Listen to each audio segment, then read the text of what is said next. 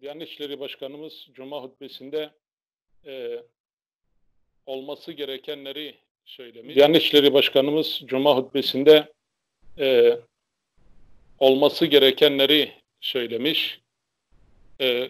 Gerek Kur'an-ı Kerim'den Allah'ın emirlerini, Hazreti Resulullah'ın hadislerini beyan etmiştir. Tabi bu söylemiş oldukları şeyler bir kısım kesimi rahatsız etmiştir. Bunların başında gerek İzmir Barosu olsun, gerek Ankara Barosu olsun, Profesör Doktor Ali Erbaş hocamız hakkında bir basın açıklaması yapmış ve suç duyurusunda bulunmuştur. Aslında bunlar tamamıyla haddini aşarak yapılan açıklamalardı ve bunlar şu an suç işlemektedirler. Diyanet İşleri Başkanlığı'nın kanuni görevi dinin temel esaslarını, temel emirlerini halka iletmesidir. Bu onun bir görevidir. Zinanın ve eşcinselliğin hukuken suç sayılmaması ayrı bir konudur. Bu bir irşat faaliyetidir. Kamu görevini yapan bir başkan, halkının tamamına yakını Müslüman olan bir ülkede kutsal kitaplarında yazanı görevi gereği tabii ki bildirecektir. Bütün ilahi dinlerde ve evrensel ahlaki ilkeler arasında geçen ve halkın örfünde ve vicdanında bu şekilde yer etmiş bir hususu alanına girmediği halde diline dolayan baro, kanunen görevi olan dini bir irşat faaliyetini nefretle aşağılama ve kitlelere hedef gösterme, kin ve düşmanlığa tahrik, kan kokan cüret şeklinde tamamen tahrif etmekte ve hatta biz Müslümanları inançlarımızdan dolayı da aşağılamaktadırlar. Aslında bir suç duyurusunda bulunulacaksa bunu biz Müslümanların yapması lazım.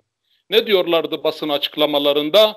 Sesi çağlar ötesinden gelen tabiriyle hem Kur'an'a hem de Hazreti Resulullah sallallahu aleyhi ve selleme dil uzatarak suç işlemektedirler.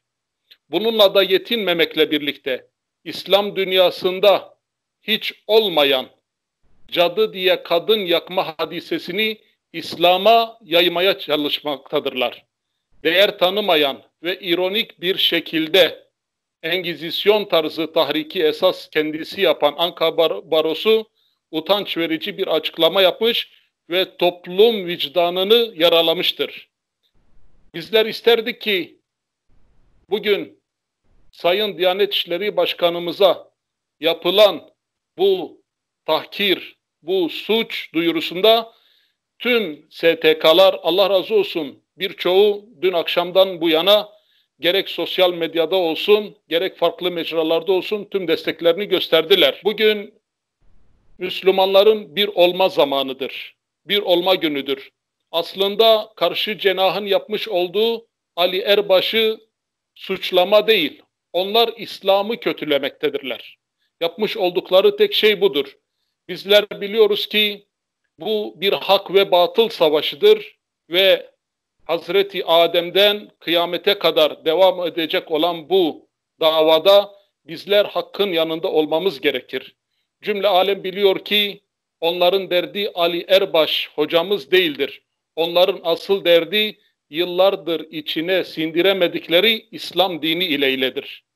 Unutmayalım ki bizler bugün bir araya gelmezsek, bizler birliğimizi, beraberliğimizi sağlayamazsak maalesef işte böylesine güruhlar tarafından İslam ve Müslümanlar her zaman için aşağılanacaktır. Bizler buna müsaade etmememiz lazım. Ankara Barosu'nun bildirisi Diyanet İşleri Başkanı'nın şahsında İslam dinine açık bir saldırıdır.